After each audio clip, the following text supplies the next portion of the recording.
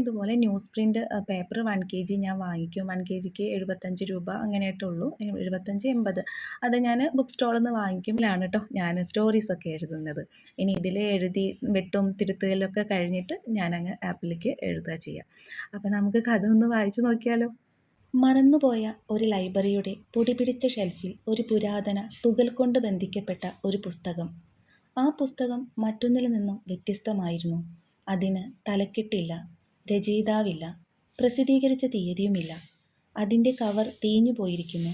പേജുകൾ കാലപ്പഴക്കം കൊണ്ട് മഞ്ഞ നിറമായിരിക്കുന്നു. പക്ഷേ അതിനെ ചുറ്റിപ്പറ്റി ഒരു നിഗൂഢത നിറഞ്ഞിരുന്നു. പലരും അത് തുറക്കാൻ ശ്രമിച്ചു. പക്ഷേ എനിക്കങ്ങനെ ഒരാൾക്ക് കഥ വായിച്ചു കൊടുക്കാൻ അത്ര ഒരു അറിവില്ല. ചില ആളുകൾ കഥ വായിക്കുന്നത് കേൾക്കാൻ നല്ല രസമാണല്ലോ, കേട്ടിരുന്നു പോവും. എന്ത് കഥ, ചിലപ്പോൾ കഥയിൽ നിന്ന് നമുക്കൊന്നും മനസ്സിലായില്ലെങ്കിലും ആ കഥ വായിക്കുന്ന രീതി നമുക്ക് ഒരുപാട് ഇഷ്ടമാവും.